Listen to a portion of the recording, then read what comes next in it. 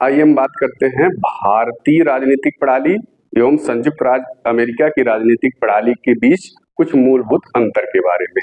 जहां भारतीय राजनीतिक प्रणाली में संसदीय व्यवस्था का प्रावधान है, संसदीय व्यवस्था का प्रावधान है, वही अमेरिकी राजनीतिक प्रणाली में अध्यक्षीय शासन प्रणाली पाई जाती है।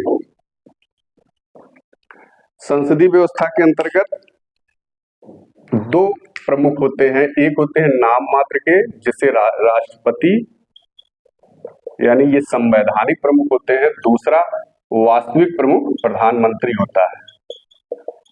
जबकि अमेरिकी राजनीतिक प्रणाली में राष्ट्रपति ही नाम मात्र एवं वास्तविक दोनों प्रमुख होता है।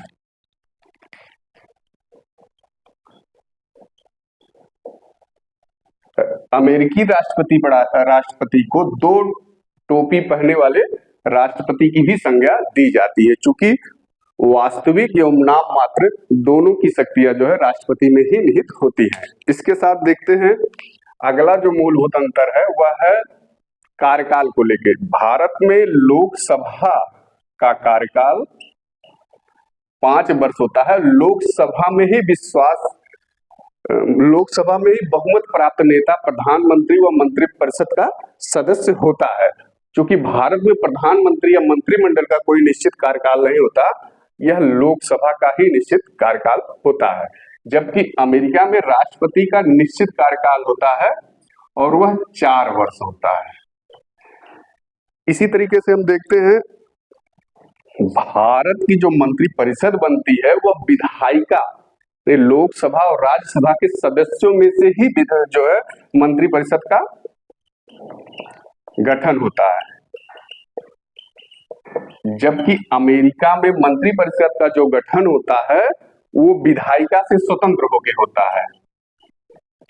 विधायिका से स्वतंत्र, वहां पर विधायिका के सदस्य मंत्रिपरिषद के सदस्य नहीं होते हैं, वो राष्ट्रपति के इच्छा अनुसार मंत्रिमंडल का निर्माण होता है।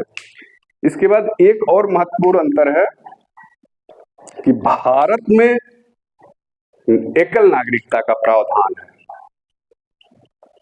यानी संघ एवं राज्य दोनों के लिए एक ही नागरिकता का प्रावधान है। जबकि अमेरिका में संघ एवं राज्य दोनों के लिए अलग अलग यानी दोहरी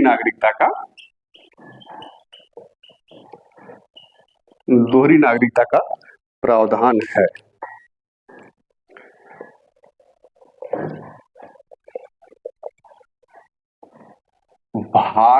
भारत का संविधान विश्व का सर्वाधिक विस्तृत संविधान माना जाता है। इसका कारण है कि यह संघ एवं राज्य के लिए एकल संविधान का प्रावधान करता है, एकल संविधान का प्रावधान। जबकि अमेरिका का संविधान संसार का सबसे सूचितम संविधान माना जाता है, क्योंकि वहां पर संघ व राज्यों के लिए अलग अलग संविधान का प्रावधान है, यानी दोहरा संविधान वहां पे पाया जाता है। भारतीय राजनीतिक व्यवस्था में शक्तियों का विभाजन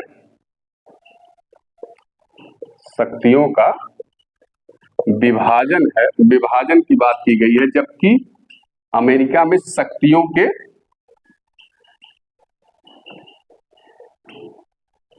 पृथक्करण की बात की गई है।